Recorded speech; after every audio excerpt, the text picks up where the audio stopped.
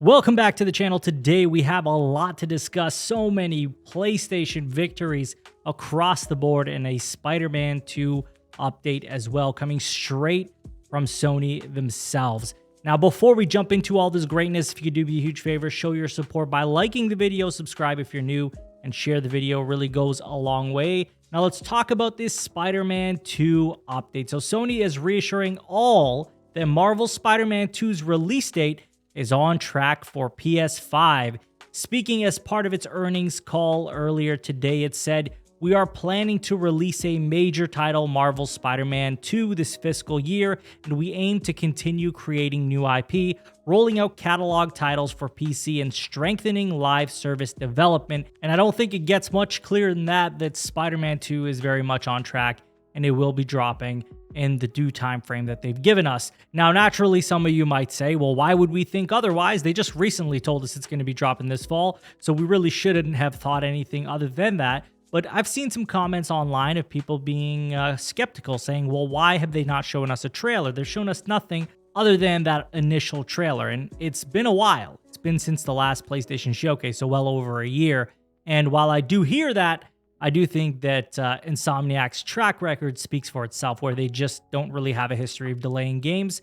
And when they announce something, they usually do hit that time frame. So very exciting stuff. But if you had any doubts, once again, confirmation from Sony that that is the case, that we will be getting this game this year. And that's very exciting stuff. And I do think that if May is truly going to be the showcase date, then we are likely going to see Spider-Man 2 there, unless they plan on doing a whole state of play separate from that. But then again, that doesn't really make sense if they want to do a showcase anyway. Moving on, we are going to be talking about Sony breaking company's annual console sales record this fiscal year. So Sony has announced plans to sell a record number of PlayStation consoles during its current fiscal year. The company intends to ship 25 million PS5 consoles during fiscal year 2023, the 12-month period ending on March 31st, 2024. If achieved, it would beat a 25-year-old console sales record set when the original PlayStation shipped 22.6 million units in fiscal year 98. That's a pretty big deal. Think about that. That's how monumental the PlayStation's launch was. That's how big PlayStation 1 was. I was there. Were you there? Let me know in the comments. PS2 recorded an annual sales peak of 22 million units in fiscal year 2002, PS3 of 14.4 million units in fiscal year 2010, and PS4 of 20 million units in fiscal year 2016. So there you got it. You got a breakdown of how it went for each console. And during the fourth quarter of the last fiscal year, which ended in March, the company shipped 6.3 million PS5 consoles to reach 38.3 million lifetime shipments.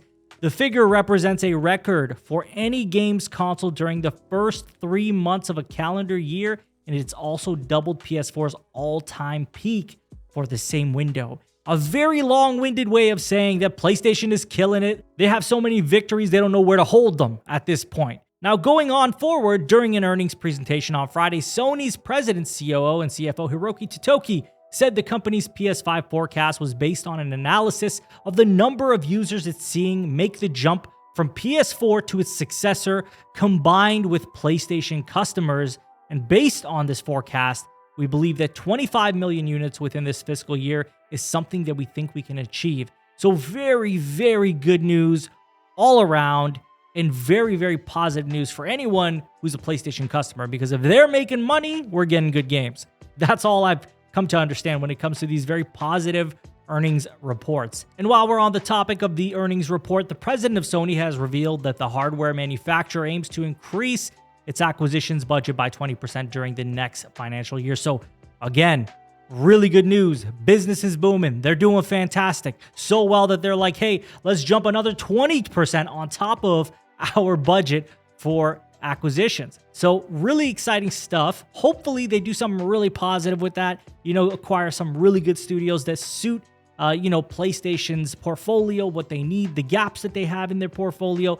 That's what I want to see. And a lot of people have already said that Deviation Games is a clear sign of the next acquisition, which I think makes a lot of sense too, given that They've already made 2 acquisitions for studios that have not made any games, at least not for us consumers to play yet, but Sony themselves have seen it. So Deviation might be the next one there. But yeah, that 20% boost is crazy, meaning we could get some pretty big acquisitions down the road.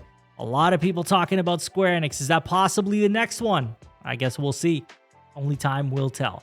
Now, lastly, I want to talk to you guys about PlayStation Plus subscriber counts. That is on the rise once again as well. Sony gained 1 million PS Plus subscribers from January through to the end of March 2023 to see its members count increase again to a total of 47.4 million. Having experienced a small dip earlier in the year, the growth sees the number of paying accounts return to what appears to be the service's general peak.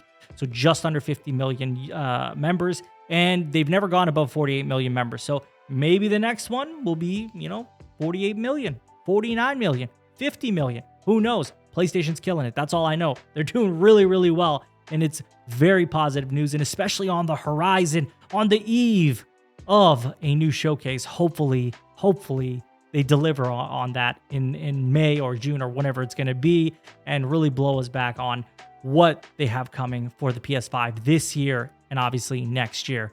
But that about does it for today's video. Let me know what you guys think of all this greatness. Leave your thoughts in the comments. As always, if you have not liked the video already and you enjoyed it, consider liking the video. Subscribe if you're new. Share the video. Really goes a long way. You can follow me on Twitter. Link will be in the description. And I thank you all for watching once again. I will talk to you all on the next one. Take care.